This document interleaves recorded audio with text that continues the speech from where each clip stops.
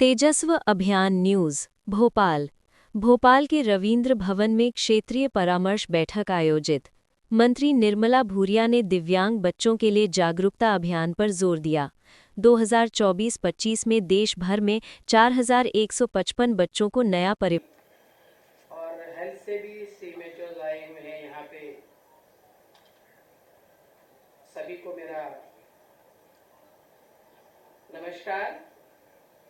अभी हमने जवाहर बाल भवन के बच्चों को और बालिका गृह की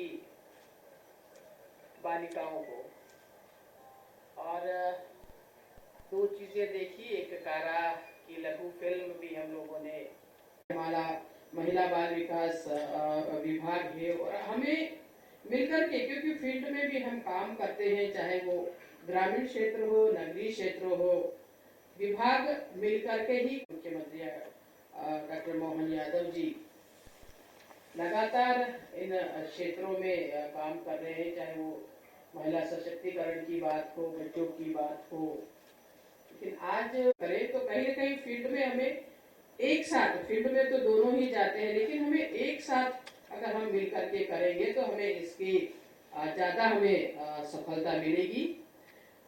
मेरा सम्मिलित होने वाले प्रदेशों से आग्रह है कि जिस प्रकार से IVF जैसी तकनीक का प्रचार हो रहा है, वैसा ही प्रभावी प्रचार दत्तक ग्रहण के लिए होना चाहिए। साथ ही दिव्यांग बच्चों का दत्तक ग्रहण देश में ही हो सके, इसके लिए फोकस्ड अप्रोच के साथ निसंतान दंपतियों को परामर्श देना आवश्यक है। आज हमारे देश में ऐसे कई उदाहरण हैं जो दिव्यांग होने के बाद भी अपना परचम लहरा रहे हैं। अनेक दिव्यांग बच्चों ने खेलों में अभूतपूर्व उपलब्धि हासिल की है। साथ ही अनेक बच्चों को सही मार्गदर्शन मिलने पर उन्होंने UPSC भी क्लियर की है। ऐसे सफल दिव्यांगजनों को हमें ब्रांड एम्बेसडर बनाना चाहिए, ताकि उन्हें देख करके दूसरे जो हमारे दिव्यांगजन बच्चे हैं वो भी प्रेरणा ले सके।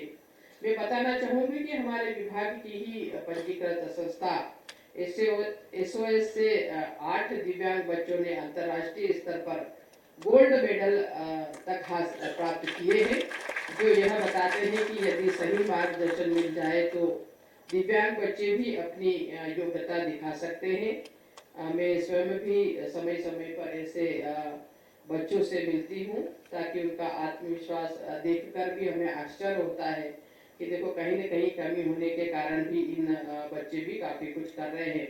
मैं जानती हूँ कि दिव्यांग बच्चों को गोद लेने में जागरूकता की कमी है। समाज की भ्रांतियाँ और दीर्घकालिक देखभाल की चिंताएं एक बड़ी बाधा है, लेकिन इनका समाधान केवल सरकारी आदेशों से नहीं होगा। इसके लिए हमें समाज, नागरिक संगठनों और समुदाय को साथ लाना होगा। ऐसे भारतीय दंपति जिन्होंने दिव्यांग बच्चों को अपनाया है, उन्हें भी हमें अपने साथ शामिल करना होगा, ताकि वो जागरूकता बढ़ाने का काम कर सके।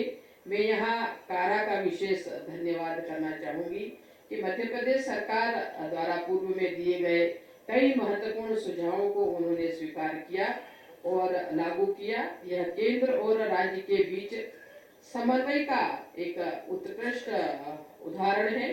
पिछले समय भी हमने यहाँ कारा से संबंधित कार्यशालाएं या ऐसी चीज़ें हम लोग करते रहते हैं। जिन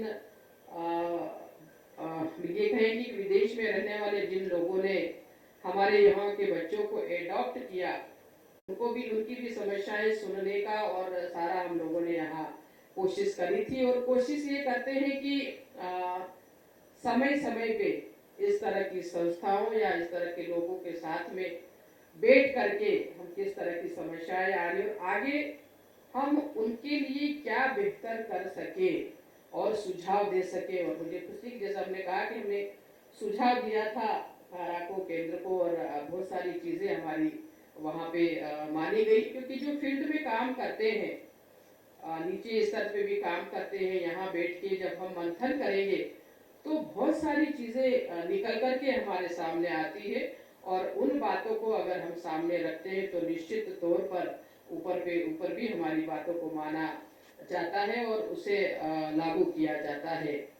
वे सकते हैं और आज की इस महत्वपूर्ण क्षेत्रीय परामर्श बैठक में हमारे बीच सभी लोग उपस्थित हैं, जैसा कि मैंने कहा है। और आज इस क्षेत्रीय परामर्श कार्यशाला के लिए मध्य प्रदेश को चुना है, इसके लिए भी मैं आप सभी को बहुत बहुत धन्यवाद देती हूँ। और देश के यशस्वी प्रधानमंत्री श्री नरेंद्र मोदी जी ने दिसंबर 2015 में दिव्यांग शब्द दिया था, जिसका अर्थ है वह जिसमें दिव्यता के गुण हो। आज प्रधानमंत्री जी के मंशा अनुरूप इस विषय पर मंथन पर यह बताते हैं कि हमारा समाज न केवल संवेदनशील है वरन देश के भविष्य के हित में भी कार्य कर रहा है। भारत में दिव्यांगता के साथ जीवन जी रहे बच्चों की संख्या काफी बड़ी है। अक्सर कठिन सामाजिक आर्थिक परिस्थितियों के कारण ये बच्चे अपने परिवारों से दूर होकर बाल देख रेख संस्थाओं तक पहुंच जाते हैं। हम जानते हैं कि ये संस्थाएं सुरक्षा तो देती हैं, लेकिन कोई भी संस्था एक परिवार का स्थान नहीं ले सकती है। एक बच्चे के संपूर्ण मानसिक और भावनात्मक विकास के लिए परिवार का स्नेह और सुरक्षा ही सबसे आधारभूत आवश्यकता है। और जो हमने आज मंच पे ये महसूस किया कि एक संस्था में रहकर बच्चा किस तरह से महसूस करता है और जो वो एक परिवार में चला जाता है, उसको माता पिता बहन का प्यार मिल जाता है, स्नेह मिल जाता है, तो वो और निखर कर के आता है। ये हमने अभी मंच पे भी देखा। माननीय प्रधानमंत्री जी श्री नरेंद्र मोदी जी के नेतृत्व में भारत सरकार ने बच्चों के संरक्षण और पुनर्वास के लिए एक अभूतपूर्व कदम उठाए हैं। प्रदेश के यशस्वी मुख्यमंत्री डॉक्टर मोहन यादव जी के नेतृत्व में हमारा विभाग भी गैर संस्थागत पुनर्वास को प्राथमिकता दे रहा है। विशेष रूप से मध्य प्रदेश के मुख्यमंत्री बाल आशीर्वाद योजना के माध्यम से हम स्पॉन्सरशिप और आफ्टर केयर द्वारा बच्चों को समाज की मुख्य धारा से जोड़ रहे हैं। इन बच्चों में दिव्यांग बच्चे भी शामिल हैं। मुख्यमंत्री बाल आशीर्वाद योजना देश की अपनी तरह की एक अभिनव योजना है, जिसमें केयर गिवर्स के लिए शिक्षा, आर्थिक सहायता और मुझे लगता है कि लगातार हमें इन विषयों पे कहीं न कहीं ये अछूते रह जाते हैं, या समाज में भी या घरों में भी जिस चीज को हम कहीं न कहीं अवॉइड करते हैं, समाज अवॉइड करता है, परिवार अवॉइड करता है। जिन परिवारों में स्पेशल चाइल्ड रहते हैं वो अच्छी तरह से समझ सकते हैं इन सारी चीज़ों को, और उन बच्चों के प्रति हमारी क्या संवेदनाएं होना चाहिए। उनको प्यार की जरूरत होती है। हम अगर उन्हें प्यार दें, संवेदनाएं दें, तो मुझे लगता है कि वो सब कुछ कर सकते हैं जो आम बच्चा कर सकता है।